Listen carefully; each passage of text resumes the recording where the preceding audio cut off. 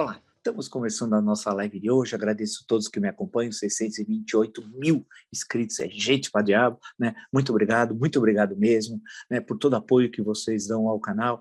E se você gosta do canal, indique a um amigo, uma amiga. É muito fácil, o canal do YouTube, Marco Antônio Villa, diga para ativar o sininho, que são as notificações, coloque like no que vocês gostarem e utilize, como vocês muito bem fazem, a página dos comentários, né? Postamos as duas últimas entrevistas, primeiro com o senador Alessandro Molon, líder da minoria na Câmara dos Deputados, e postamos com o padre Júlio Lancelotti, aqui da Pastoral do Povo da Rua, e tocando na questão da Cracolândia. Olha, é imperdível a entrevista também do padre Júlio Lancelotti. Tenho certeza que é uma discussão mais ampla até, não é só o povo de rua, mas qual é o sentimento de humanidade cristã.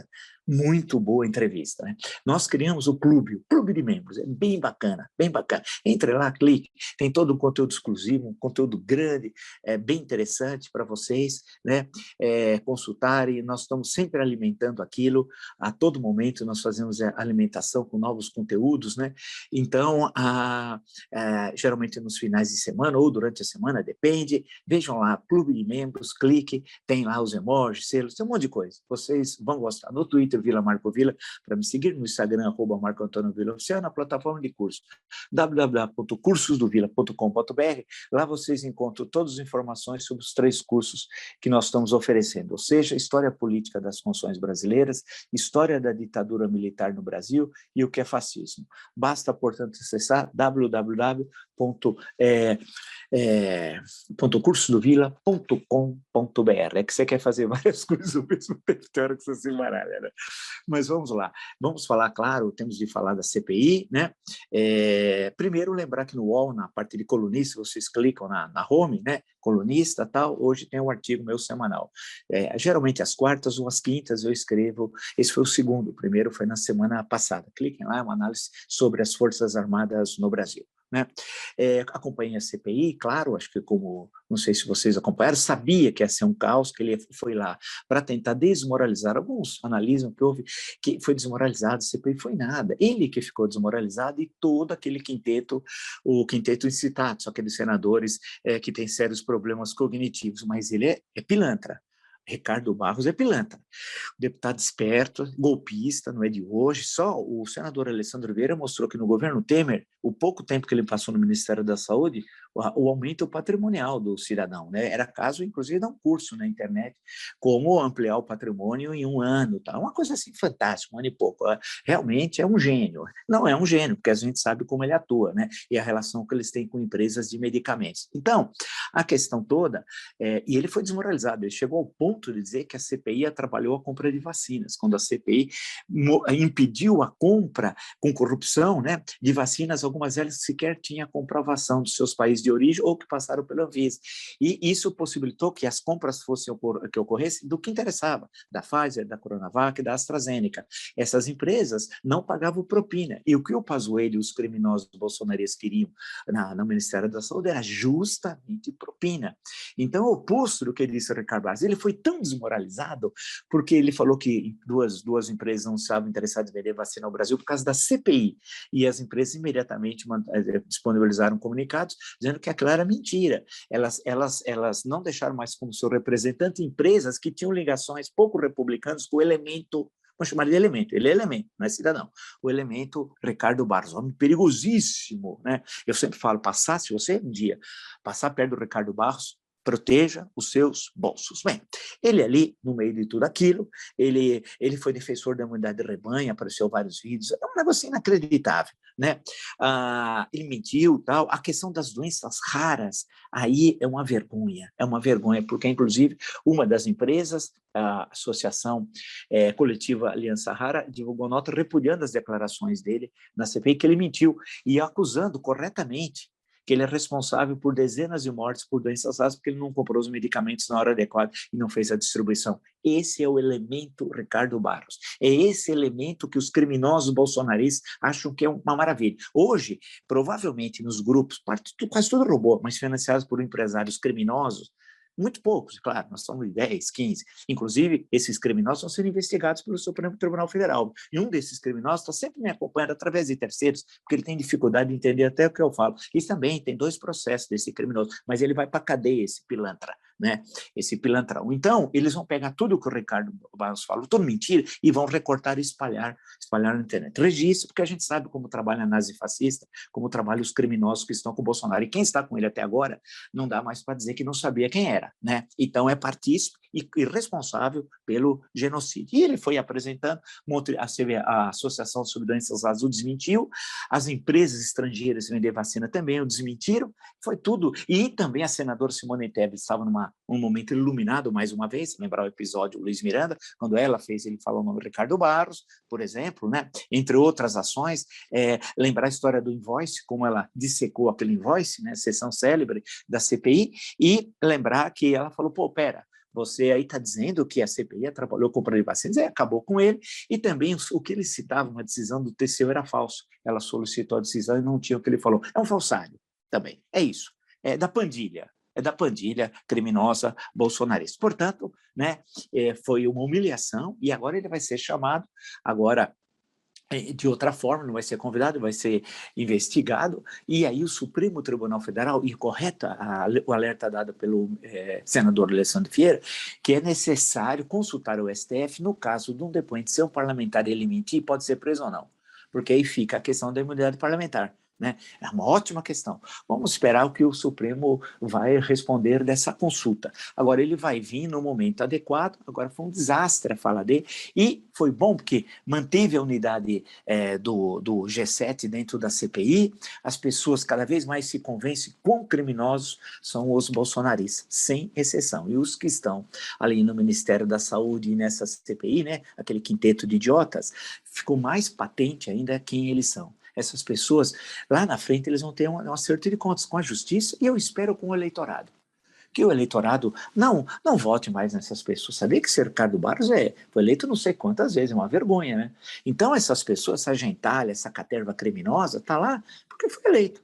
Aí nós vamos ter uma discussão sobre a qualidade, como é o sistema de voto no Brasil e a qualidade do nosso eleitor, né? Que é um horror.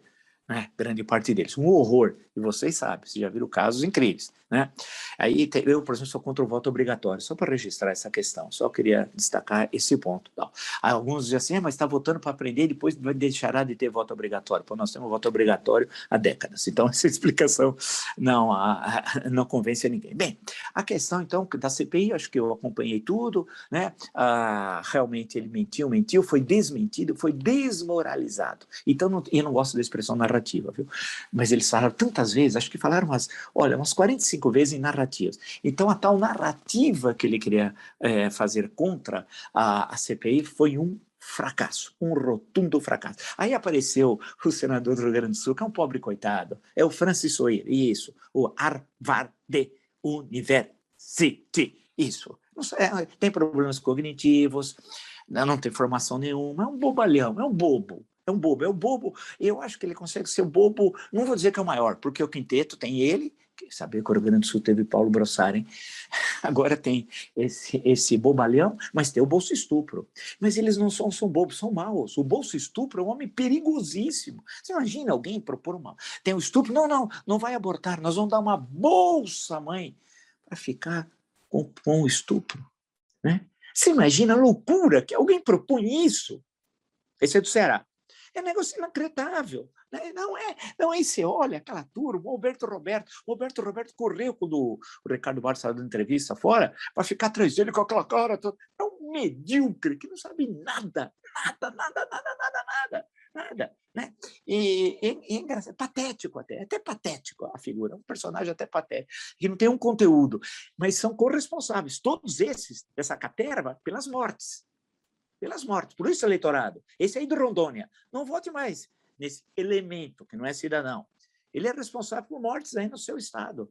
Pode ser até da sua família ou de amigos seus. Porque esses que estão defendendo o genocida Bolsonaro são também genocidas. Registre. Porque assistir tudo isso, nós estamos chegando a quase 600 mil mortos. Né? E ainda continuar com essa narrativa, odeio essa expressão, igual resgate, eu não gosto também, mas essa narrativa que eles ficam falando, aí é nazismo puro, E aí lembra, eu fico sempre... tem a bela entrevista que o desembargador Thompson falou sobre o julgamento de Nuremberg, e depois ele fala do julgamento do 45, 46, e depois tem os outros julgamentos. Né? Eu fico lendo, eu falo assim, meu Deus do céu, como é possível? Né? Que chefiou o campo de Auschwitz, não, mas eu estava lá cumprindo uma função. É capaz que esses do quinteto incitatus aí do Senado vão dizer isso, mas eu estava lá para defender o governo, é a minha função. Não, meu cara, você está defendendo um assassino, um genocida, um homem que tem as mãos sujas de sangue, um malandro, um bandido, um sócio do matador de aluguel. Né? Você sabe muito bem quem é Bolsonaro, então não vem com essa história que não sabe. Bem, aí portanto, Ricardo Barros foi um desastre, acabou desmentido, né, em tudo o que falou, e a tal estratégia que eles tinham bolado, eles são, é o Exército Brancaleone mesmo, né, com aqueles generais pilantras que tem lá no Palácio do Planalto, né, que estão lá para ganhar muito dinheiro, e ganharam, hein? Tem gente ali que ganhou uma grana na Olimpíada. Na época da Dilma, ganhou uma fortuna, né, para fazer aqueles... Ali o PT era bom, né? Agora é melhor ainda, porque agora eles estão lá instalados ali no Palácio do Planalto e devem fazer negociações. Pouco republicanos, eles vão dizer que estão em missão, igual os evangélicos, falsos evangélicos, né? Em nome de Jesus, Deus no comando, né? E são sócios de crimes, de roubos, são ladrões, falsos, esses os falsos. Né? Uma minoria. E entre os militares, esses que são patéticos. Até eu falei, imagina numa guerra a gente ter essa quadrilha. Né? Nós vimos aí um tenente-coronel que depois essa semana, imagina, esse homem é um covarde, um homem que pede ao Supremo Tribunal Federal um habeas corpus porque teme responder perguntas, um militar que tem medo de responder perguntas numa democracia como a nossa é covarde, tem de ser expulso das Forças Armadas, expulso. E o pior é que esse daí trabalhou até os 42 anos de idade, trabalhou menos 10 anos. Sabe quanto ele recebe de aposentadoria? R$23 mil. R$23 mil, segundo foi exposto pela imprensa. Nós temos a reforma da Previdência, foi uma palhaçada para os militares, tem de acabar. Né? Agora, claro, porque eles têm uma corporação. Agora, o seu José, a dona Maria, esses tomaram na cabeça. Bem, aí eu fui passando todo o noticiário, depois, no decorrer do dia, né, o Bolsonaro... vamos só lamentar, claro, eu até ter falado no início, a morte do Tarcísio Meira, que acompanhou a todos nós, né? Eu desde os anos 60, vi uma figura tão familiar, né, nas novelas, no cinema, no teatro, tantos personagens célebres, né? E é uma coisa incrível, né? Poxa vida, isso que aconteceu aí com o Tarcísio Meira, e aí os inimigos da vacina é capaz de fazer associação que não tem nada a ver, nada que você tomou 2 doses pode acontecer, e os médicos já explicaram tal, mas lamentável mesmo. Mas vamos lá, o Bolsonaro continua caminhando para o golpe de Estado, 2 passos à frente, 1 atrás, 2 à frente, 1 atrás. Sempre digo isso, ele sempre avança, portanto. Ele, em cerimônia, lá com os oficiais generais, ele disse ter certeza do apoio total das Forças Armadas às suas decisões. Mas as Forças Armadas não estão para atender o presidente da República, elas são instituições permanentes de Estado, elas não pertencem a nenhum partido, a nenhum presidente, mas Estado brasileiro. Ponto. Então, o que ele já falou é mais uma manifestação golpista. Vê, só não acredita quem não quer. E, para continuar, em certo momento aí da fala, né, ele nem sabe que é um homem ignorante, com dificuldades cognitivas, ele diz assim, nas mãos das Forças Armadas o poder moderador, nas mãos das Forças Armadas a certeza da garantia da nossa liberdade, da nossa democracia, o apoio total às decisões do presidente para o bem da sua nação. Ele discursando, falando isso. É bom lembrar que ele nem sabe o que é o poder moderador. Então, primeira coisa, essa é uma expressão infeliz, mas as pessoas muitas vezes usam, não ele que é criminoso, um assassino, um ladrão, mas pessoas, assim, na boa fé, falam, precisa ter um poder moderador, não sabe o que é poder moderador. Lembrar do Benjamin Constant, o francês, não nosso é o Botelho de Magalhães, né? Veio a história dos 4 do poder moderador, e que foi incluído na Constituição de 1824, além dos 13, que o Montesquieu falou, poder moderador. A Constituição de 24 é um horror, precisa lê-la, está lá no meu curso. Né? Mas se você analisa a Constituição, agora durante todo o Império, até 1889, o imperador ele era responsável pelo executivo e também pelo poder moderador. Dos 4 poderes, 2 estavam com o imperador. Né? E o caso do poder moderador, que tem 4 artigos, na Constituição de 24, o artigo de 99 é inacreditável, né? Porque o artigo reza que a pessoa do imperador é inviolável e sagrada. A ele não pode ser imputada a responsabilidade alguma. Isso está aqui na Constituição de 1824, né? Ele não está sujeito a responsabilidade alguma. A pessoa do imperador é inviolável e sagrada, ele não está sujeito a responsabilidade alguma. E um artigo anterior, que é o 98, que o poder moderador é a chave de toda a organização política e compete ao poder moderador privativamente a quem? Só ele, é o imperador. No artigo seguinte, 99, diz que a pessoa do imperador é inviolável e sagrada. E, para completar, ele não está sujeito a responsabilidade alguma. É inacreditável. Então, ele nem sabe o que é poder moderador, nós estamos falando de um idiota que está na presidência da República tal. Além disso, ele está conclamando o golpe, né, em relação à questão das Forças Armadas, dizendo que elas que sabem o que é bom, o que é justo para o nosso povo. Não, não são elas, são as instituições constituídas. As Forças Armadas não estão para fazer política. Leiam o meu artigo hoje no UOL, insisto, lá no Colunistas do UOL. Né? Isso no decorrer do dia. Logo pela manhã, ele voltou a atacar, como era previsto. Aqui tem gente que acreditava que ele ia ter uma conciliação com a Constituição. Nada disso. Ele voltou a atacar o sistema eleitoral, né? E disse que ele ameaçando outra vez as eleições de 2022. Mas até ele disse assim: nós não podemos terminar as eleições do ano que vem sob o voto da desconfiança. Não há qualquer desconfiança. Não há nenhuma fraude na urna eletrônica até hoje comprovada. Nenhuma. E, portanto, não é problema. Ontem eu disse, onde não tem problema, ele quer criar o problema. E onde há problema, ele não consegue encontrar solução. É típico desse tipo de liderança. Só que o país não aguenta mais. Né? O país está numa tensão enorme. Os números da pandemia ainda são altos. Em mil óbitos por dia, acima de 1.000, é muito alto. Ainda é muito alto. Há um temor danado agora com as variantes. E hoje mesmo tem matérias muito preocupantes sobre isso. E ele não está nem aí, porque para ele já acabou há muito tempo a pandemia, ele continua impulsionando a questão do golpe de Estado, atacando as eleições, quer ensanguentar o processo eleitoral, eu fui o primeiro a dizê-lo, né? E usar as Forças Armadas no seu projeto golpista. E disse, em uma das passagens aqui, acho que está no UOL, se não me engano, que ele pode vir ao protesto da Avenida Paulista no dia 7. Quem falou isso antes? Ele vai querer fazer uma grande provocação aqui em São Paulo. Ele vai fazer o possível. Só se aí, por alguma razão, ele vai fazer a provocação em outro lugar, mas ele quer fazer aqui.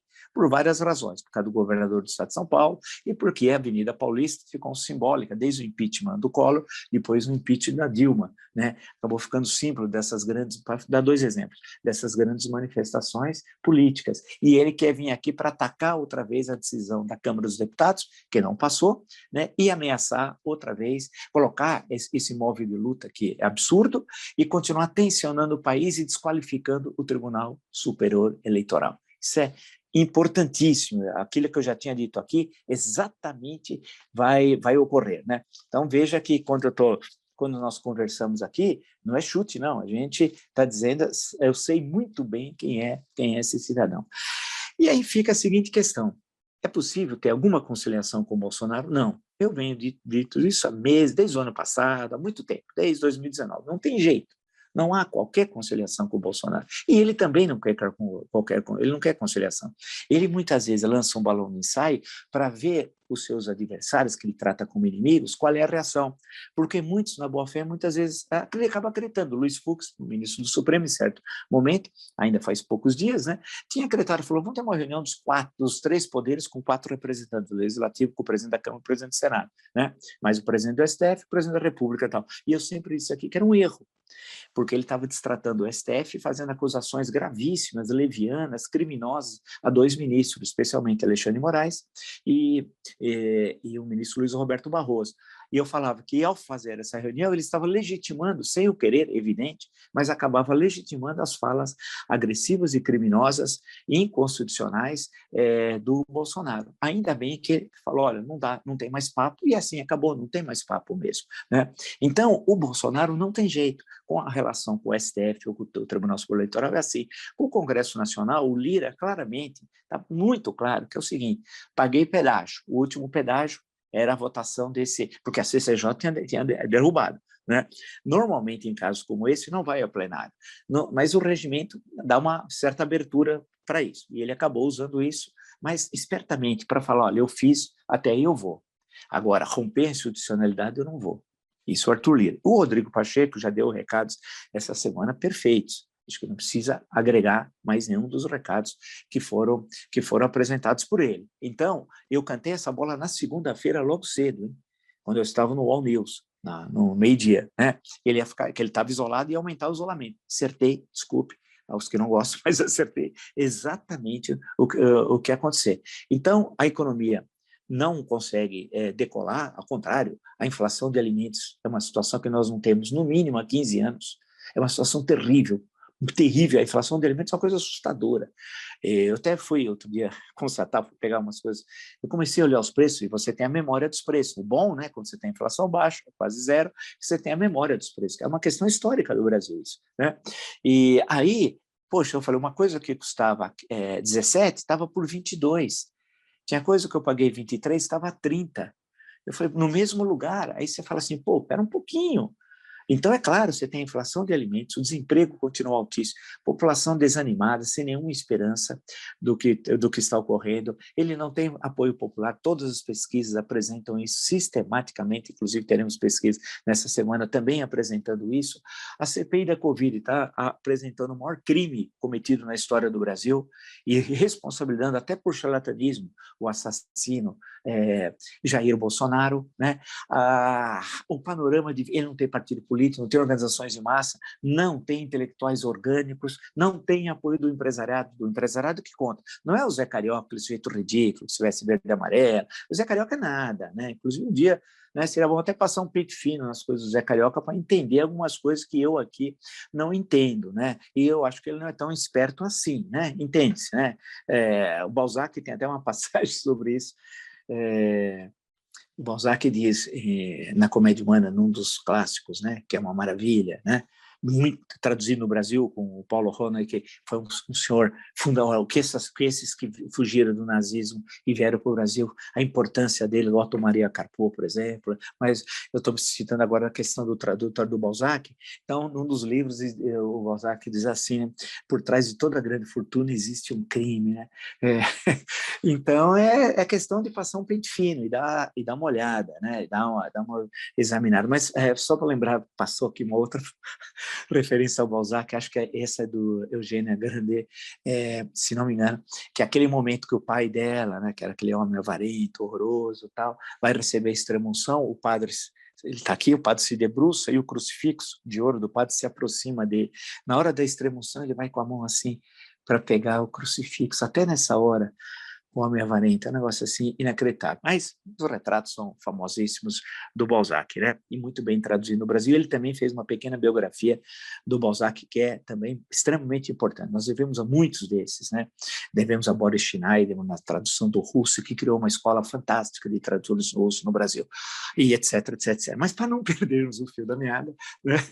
Porque é tanta coisa, você percebe que, então, a economia está esse desastre, né? O governo não tem nada a apresentar, nenhum lugar que você tem bons resultados, a situação é muito grande. Nós vamos ter apagão elétrico, vai faltar água e vamos ter problema com energia. Isso aqui vai ser o caos no final do ano, né? Ele não está nem aí, não está preocupado com isso, ele faz essas palhaçadas, como ele está fazendo lá, aquela palhaçada de tanques que nós vimos, que é uma das coisas mais grotescas, inclusive humilhou as Forças Armadas. Aquele tanque, imagina aquele tanque numa guerra? Não dá, né? Você não faz guerra com ninguém, né? Com aquele tanque, soltando fumaça, tudo aquilo ficou ridículo. Ali parece República Bananeira mesmo, né? Uma coisa assim. Então, o que acontece? Ele quer arrastar as Forças Armadas para o golpe, rompendo, portanto, com a Constituição. As PMs nem se fala, que eu já falei tantas vezes. Não tem apoio econômico, continua atacando a Constituição, os poderes constituídos e usando as Forças Armadas para o seu projeto nazifascista. Então, nesse cenário, a pergunta que fica é qual? Uma delas, né? Quando será o julgamento do Bolsonaro? Bolsonaro vai ter de sentar no banco dos réus. Isso é indispensável, né? Mas indispensável, tem de sentar. Eu lembro quando o Videla sentou no banco dos réus, na Argentina e outros, né? Lembrar do Emílio Maceira, que era tão maluco como o Videla. O Maceira tem cada história, mas tudo bem. E aí, nós vamos ter o que eu chamo de nosso julgamento em Nuremberg. Os crimes gravíssimos que ele cometeu, e a CPI, no seu relatório final, vai apresentá-los, né, em bloco, provavelmente em bloco de três blocos, o bloco A, o bloco B, o bloco C, com vários crimes em cada um desses blocos, né? E ele vai ter de sentar no banco dos réus, não há qualquer conciliação com o criminoso, né? E isso é indispensável. Nós não podemos virar essa página do Brasil empurrando para baixo do tapete quase 600 mil mortos e com tudo que ele fez, né, contra as instituições, né, insuflando ódio, o ressentimento, a agressividade, espalhando armas para pessoas loucas e doidas, porque grande parte dos que têm armas são loucos e doidos, né? Vide o caso dos Estados Unidos, né? Tem, inclusive agora estava acompanhando no Texas, é um horror, né? Então, se existe inferno, é próximo do Texas. O governador lá, e agora o presidente da Assembleia Local, porque os caras eles estão querendo agora criar um sistema, os estados independentes, um sistema eleitoral para impedir que os latinos e negros votem. Na prática é isso. E os democratas se recusavam a comparecer para não dar quórum. Eles aprovaram uma medida de prender os deputados e levá-los à Assembleia, prendê-los para obrigar a ter quórum e eles aprovarem essa proposta absurda. Tem coisas belíssimas nos Estados Unidos, é verdade, mas tem coisas tenebrosas. Mas, e que o TANAP destampou isso, assim como o Bolsonaro destampou esse ódio, esse ressentimento, esse nazifascismo, esse ódio à cultura, né? Isso estava aqui presente, mas estava nas bordas. O Bolsonaro colocou isso no primeiro plano e buscou dar uma legitimidade através do cargo presidente da República Federativa do Brasil, e pôs toda essa gentalha, um atorzinho de malhação medíocre, um bobão, na verdade é um bobo, que não consegue nem falar. O outro de turismo, que foi lá para a Itália, fez um monte de palhaçada, eles não sabem nada, é gente baixa, é gente vulgar, é rastaquera, gente que não tem formação nenhuma, uma vergonha. Então, o cenário é esse, ele vai ter de ser julgado, ele e sua caterva, mas ele é o primeiro. O Hitler se livrou do julgamento suicidando, não é isso? Né? A Eva Braun, antes o cachorro dele, que ele gostava muito do cachorro e era vegetariano. Hein? Nas memórias do Spira, ele fala muito sobre isso. Tem cenas, as memórias do Spira são imperdíveis, hein? Tem de ser lida. É que deve estar esgotado, mas vocês encontram em sebo. Tal. Tem o Diário de Spandau, que os 20 anos dele, preço aí são outras coisas, mas são indispensáveis. Eu acho que, em termos de memória, é o melhor, porque ele tem um retrato de dentro, de alguém que era íntimo e alguém que tinha educação. Né? Grande parte dos chefes nazistas, o nível cultural era muito baixo, não tinham formação universitária diferente dele. No filme Arquitetura da Destruição, vocês vão encontrá-lo. Quando o Hitler visita Paris, ele está ao lado. Né, ali. E ele fala desse episódio, inclusive, nas suas memórias. Bem, vocês estão vendo, então, como é que o círculo está indo. Ele não mudou nada, continua o mesmo, atacando as instituições, voltando a falar em voto impresso, o Arthur Lira disse, não, ele não vai falar, ele prometeu para mim, meu caro, o que o Bolsonaro fala não se escreve. Para o Fux idem, a tensão vai aumentando. E como tem a questão econômica, que é sempre determinante em mudanças sociais, você precisa ter uma situação econômica grave. A história do Brasil mostra isso, a história do mundo mostra isso. Né? Ninguém faz uma ruptura, uma rebelião, uma revolta, uma revolução com a barriga cheia, estando tudo bem, não é assim, historicamente. Né? Você pode pegar as revoluções inglesas do século XVII, a Revolução Francesa do século XVIII, passar para as revoluções do século XIX, a França foi palco de muitas delas, depois os acontecimentos na época do Império Russo, em 1917, lembrar a grande, pouco conhecida no Brasil, Revolução Mexicana de 1910, né? E aí nós vamos passando. E no menor caso, que nós temos um outro perfil histórico, está no meu livro, que vai estar saindo pela Editora Planeta, aviso para vocês, o mês que vem eu já tenho, acho que a data exata, porque tem alguns detalhes que estão faltando, mas já está tudo entregue, tá, detalhes editoriais, né? Mas nós aqui não temos essas rupturas como eu citei anteriormente, mas isso está presente em vários momentos, inclusive os impeachment, para não ir muito lá atrás, na República, os impeachment em 92, situação tenebrosa econômica, inflação anual de 4 dígitos, 2015, 2016, e já 14 tinha sido muito ruim, é o pior triênio, né, de muitos e muitos triênios da história econômica brasileira. Né? Então, foi o motor. Então, e a economia, aquela história da recuperação em V, não é que ninguém está vendo. E é uma outra coisa, lá fora vai ter respostas para as agressões que o Bolsonaro faz à democracia, aos direitos humanos e ao meio ambiente. Vai ter, e essas respostas vão ser cada vez maiores. E se ele tentar algo insensato aqui, aí nós vamos virar literalmente um estado pária na comunidade internacional. Isso vai ter um custo interno devastador, né, e internacional nem se fala. Por isso que nós temos já ido pensando, crimes não faltam. Eu estou aguardando, o relator disse que é provável que em setembro, eu acho que se for isso, final de setembro, eu acho que ele está sendo um pouco otimista, porque temos aí um período de feriado, tem a Semana da Pátria, não sei se vai dar tempo, né?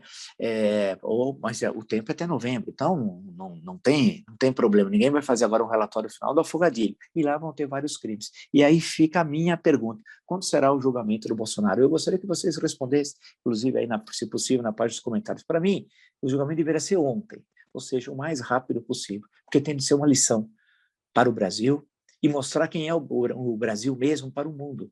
Assim como o julgamento de Nuremberg foi uma grande lição, não só das potências vencedoras, mas para que os alemães soubessem, que muitos diziam que nunca tinha visto aquilo. Né? Estranho, você tem campos de concentração em Dachau, em março de 1933, ele toma o poder em janeiro. Né? Até na entrevista do desembargador Thompson falou, lembra de Weimar, putz, né? Lembrar, ele lembrou de Goethe, podia lembrar a Constituição de 19, republicana, alemã, e tinha campo de concentração. Então, nós temos aqui de fazer esse acerto de contas histórico, jurídico, constitucional, por isso que eu espero que seja o mais rápido possível, tenhamos o julgamento, que não é só o impeachment é a questão política, nós precisamos colocá-lo no banco dos réus, ele tem de ir para a cadeia, como um exemplo, para futuros presidentes ou gestores públicos, se assim preferirem, nunca patrocinarem um genocídio.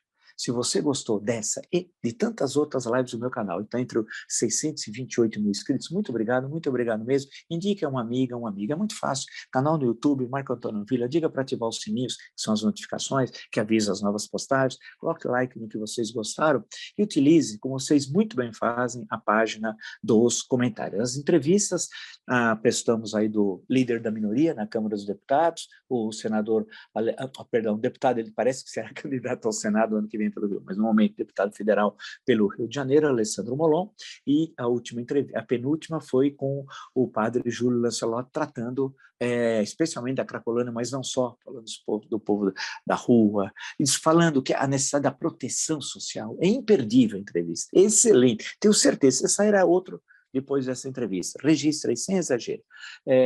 Nós criamos o Clube de Membros, é uma coisa muito legal. Clique ali, você vai ter todas as informações. Nós temos ali uma série de conteúdos exclusivos que nós vamos alimentando durante a semana. Tem já bastante coisa, vai ter mais. Bastante coisas que nós já fizemos, que de pouco em pouco isso vai entrando no Clube de Membros. Clique lá, ainda tem os emojis, selos, tem bastante coisa. Vocês certamente vão gostar. Né?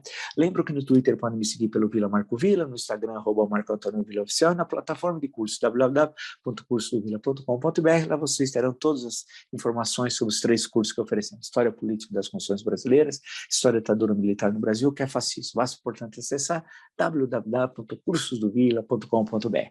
Nos encontramos amanhã. Até!